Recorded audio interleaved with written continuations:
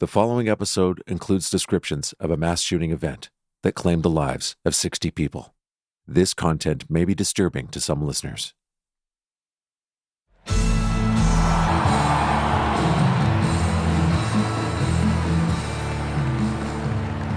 It's a beautiful October night in Las Vegas. 20,000 people are gathered. Most of them have been here all day. I love going to festivals, concerts. I'm just a concert junkie when it comes to country music. There's cold beer, good friends, and the biggest collection of cowboy hats and boots Sin City has ever seen. It was just really happy, fun, dancey. You get to meet people, like you're tailgating. Jason Aldean, one of country music's biggest stars, is on stage. He's playing his song, When She Says Baby. It's a gritty, sexy song about how love can win out over everything else. Then, out of the darkness, gunfire. You have no idea where it's coming from. You have no idea, what's going on. Chantal was in front of me, and we kind of, looked at each other, and we both thought it was weird, is it fireworks? The woman in front of them suddenly grabs her chest and collapses. She's been shot. Almost 20,000 people were just, getting down on the ground. So that's what we did. We got on the ground. 2 minutes go by. But the shooting doesn't stop. We just made a run for it. We had to run across the entire venue to get out to the exit, or at least get away from the gunfire. And some people were injured, and it just felt so crazy. We were just running over them and couldn't even stop to help because those bullets were just not stopping. There's nothing else to do other than run as fast as you can.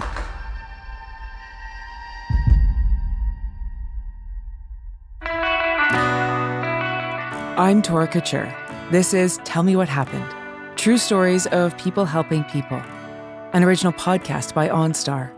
Every day when you wake up, you don't know if you'll be a person who needs help or if you'll be a person that helps someone else. It's important to remember that it's in all of us to be either one of those things every day.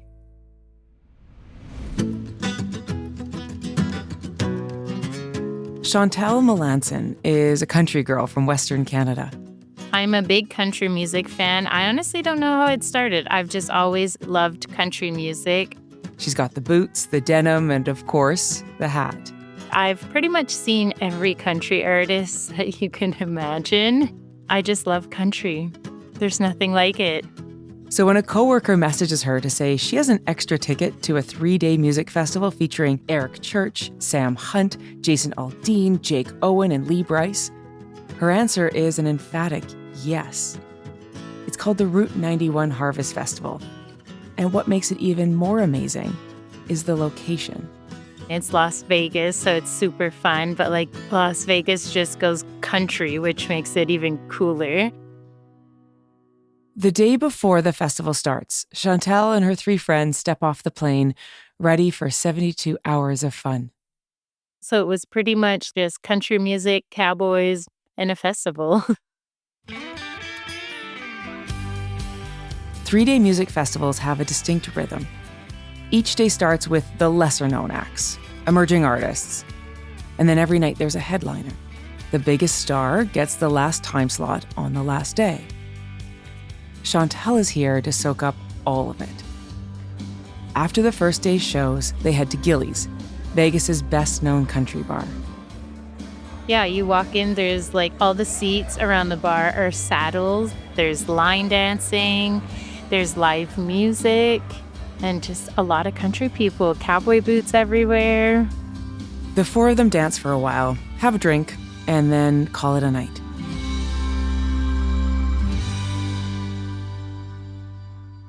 Day 2 plays out pretty much the same. They head to the festival just before noon, catch a bunch of great acts, and then head over to the same bar. But this time, Chantal meets someone. It actually happened pretty quick. Me and my girlfriends were standing together having a drink, and I noticed him from across the room. The guy she notices is at the bar talking to some friends. He was just playing hard to get. He was like looking at me smiling, and I just kept talking to my girlfriends, and eventually he made his way towards me. But I wasn't really nice at first. The guy's name is Austin. And while that's pretty authentically country, his outfit wasn't. I mean, he's at a country bar. He's there for a country festival, and he was wearing Vans shoes, so I gave him heck for that. You go to a country festival, you wear cowboy boots. That's just how it is. Austin explains his shoes by telling her he's from Southern California. I had never been to California, and I didn't think there was many country people in California. But his mom is a rodeo queen, and both of his sisters are barrel racers. So he kind of is a little bit country. He's also handsome, charming, and it turns out, a decent dancer. It was just like a fun night. And near the end, I really wanted to ride the New York roller coaster. So I asked him, and we took an Uber to the roller coaster, but it was already closed for the night.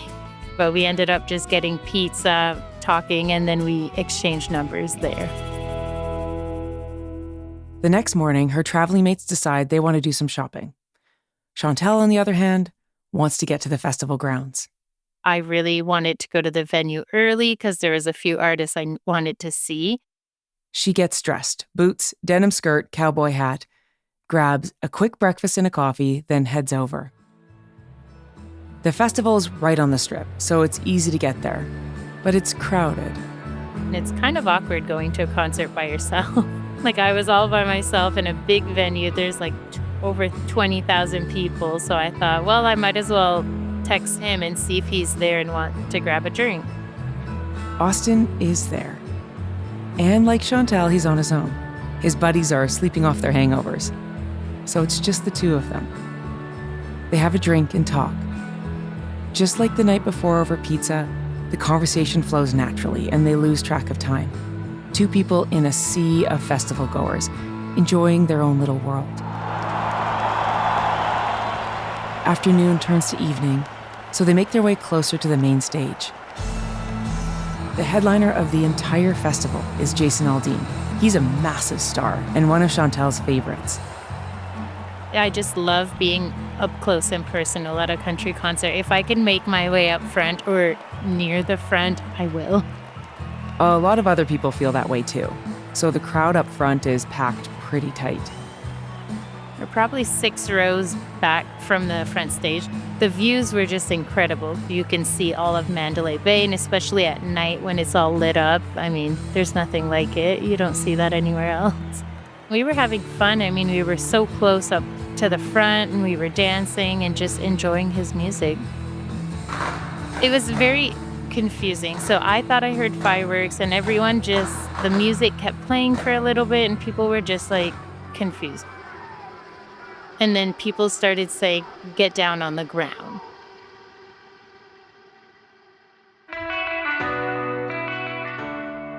This is Tell Me What Happened, a podcast created by OnStar to showcase the importance of a human connection when you need help, no matter what danger you might be facing.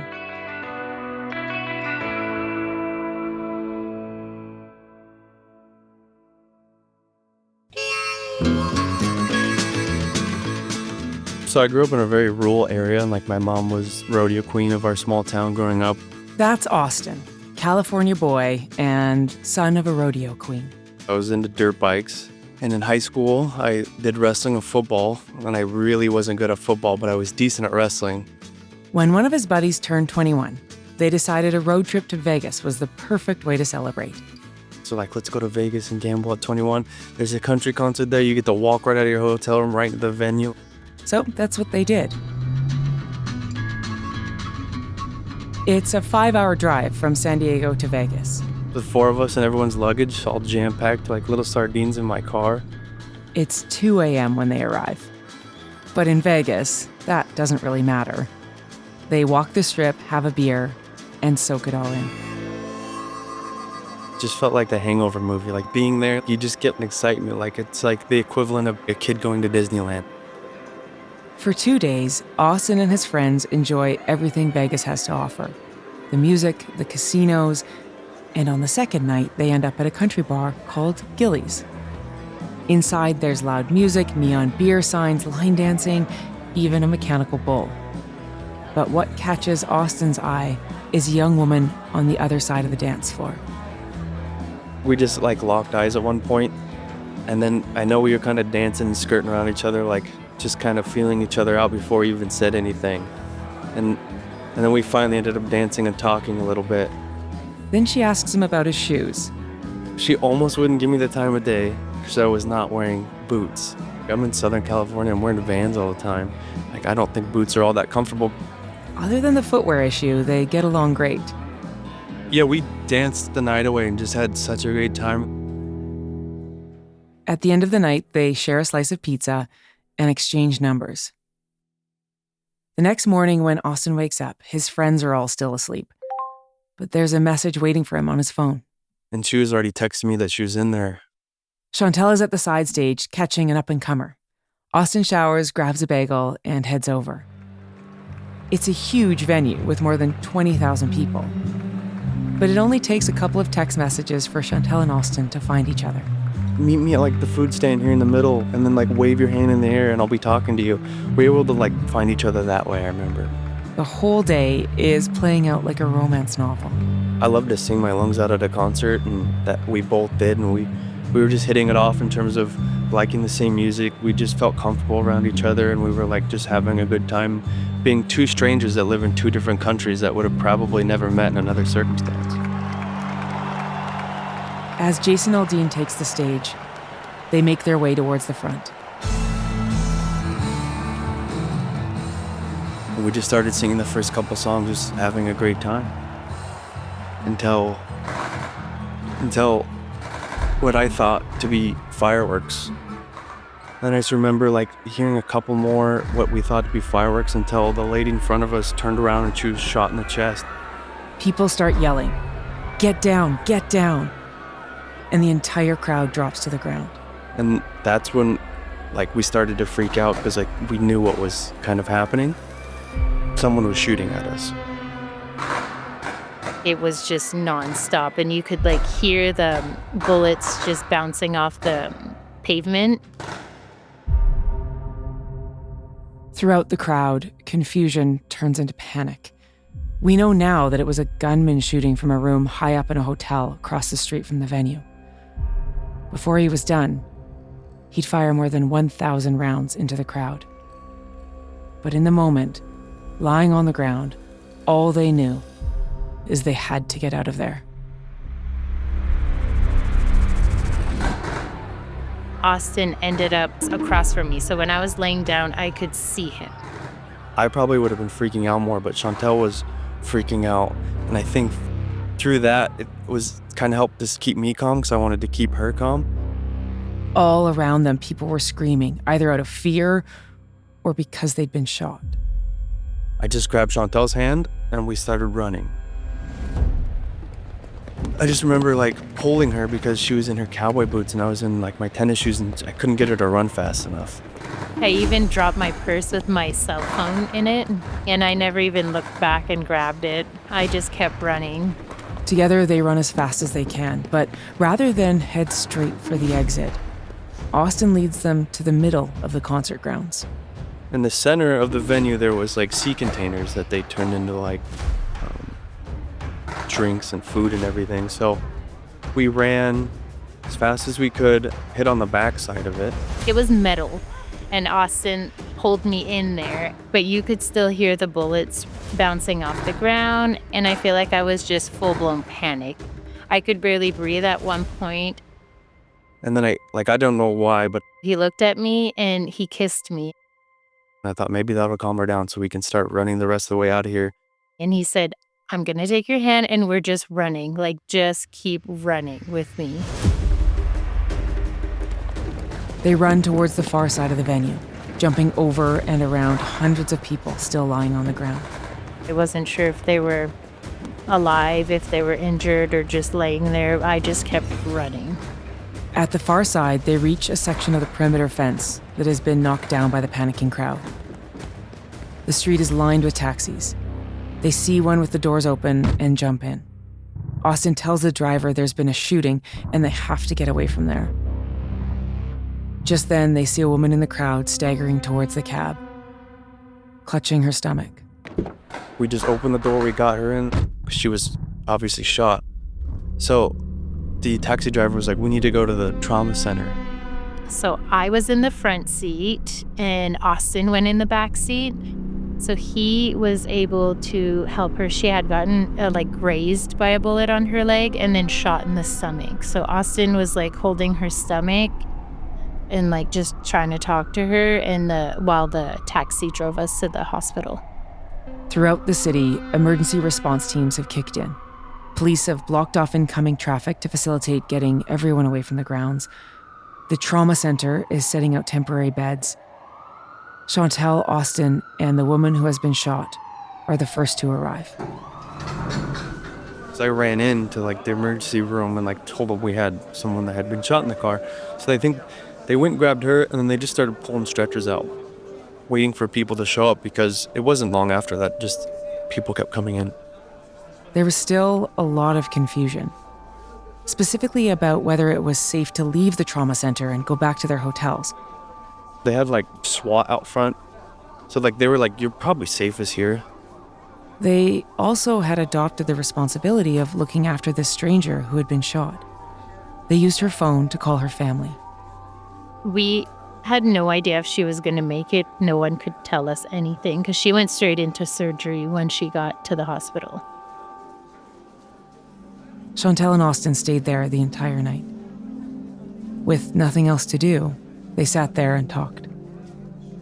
I feel like it was all over the board because we were having a light conversation and someone would come in or so you could hear someone else talking and then you kind of get brought back into the situation. Then you kind of get quiet for a little bit and then you could start talking again. But it was just a weird up and down of emotions the entire time. I felt, thank God for Austin. So it was just surreal that he was there with me, and I was just so thankful that he helped me out of there and we kind of just helped each other. The TV in the waiting room filled them in on the horrific details. In all, 58 people were killed that night, and more than 400 others were injured. It was the deadliest mass shooting event in U.S. history.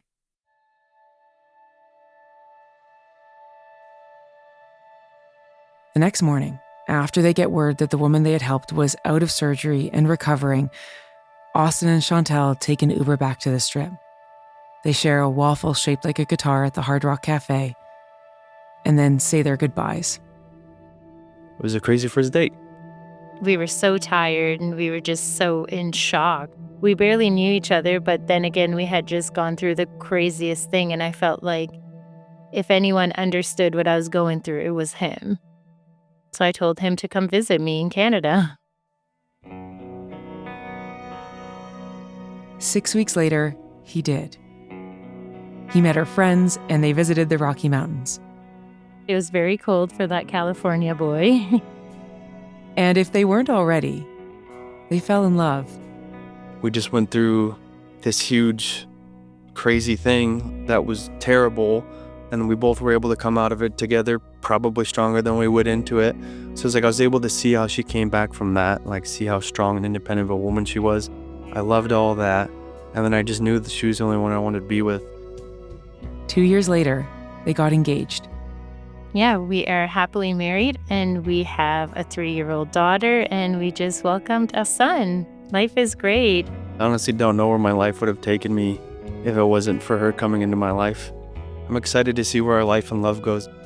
We are just enjoying every minute and making memories with our family because it can be taken away from you so quickly.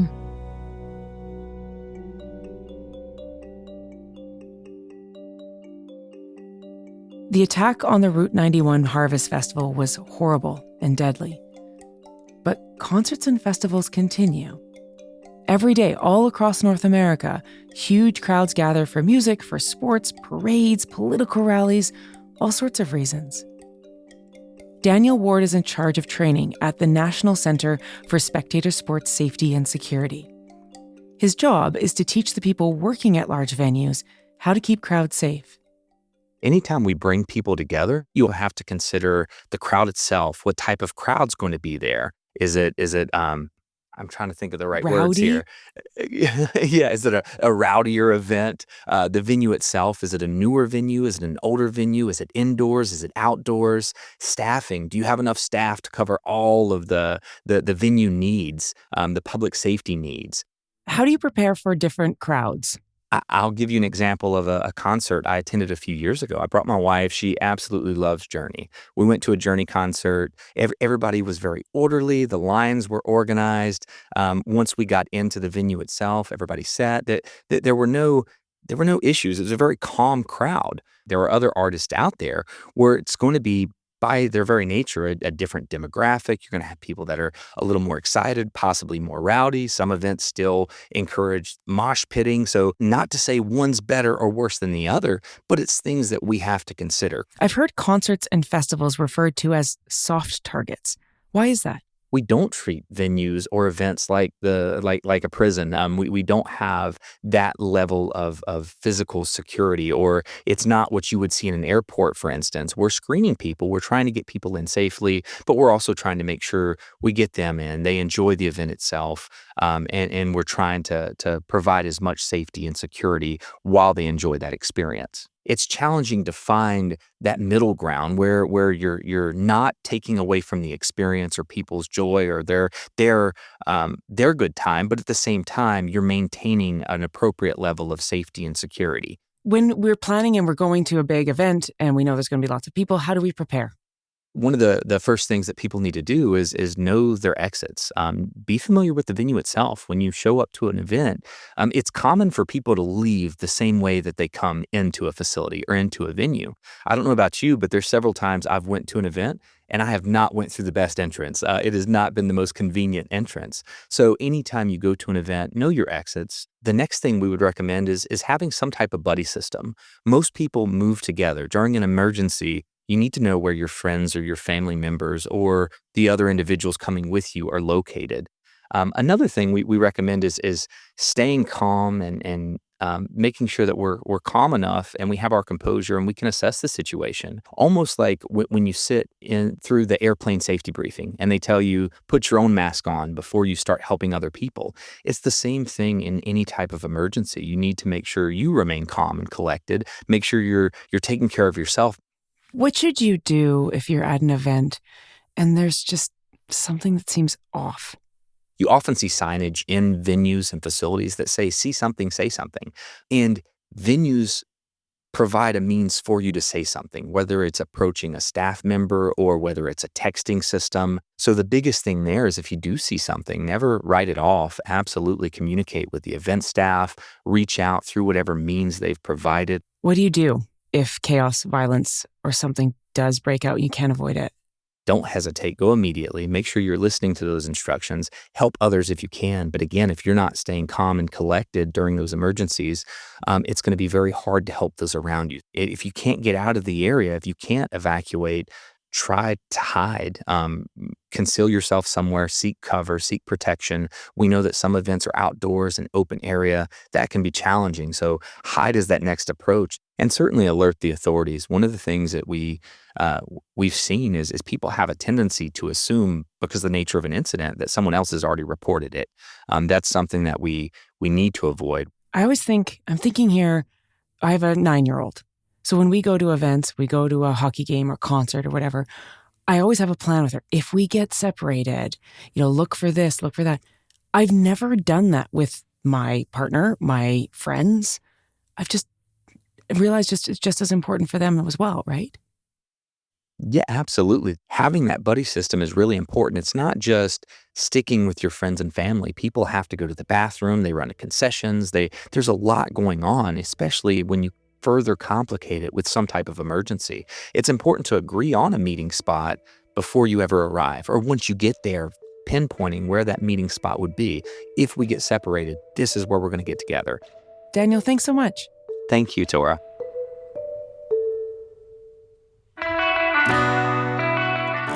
That's it for this episode of Tell Me What Happened. True stories of people helping people. We share a new story every other week. But if you're in the mood for another one right now, scroll back in time to one of our earlier episodes. On behalf of OnStar, I'm Tora Couture. Please, be safe out there.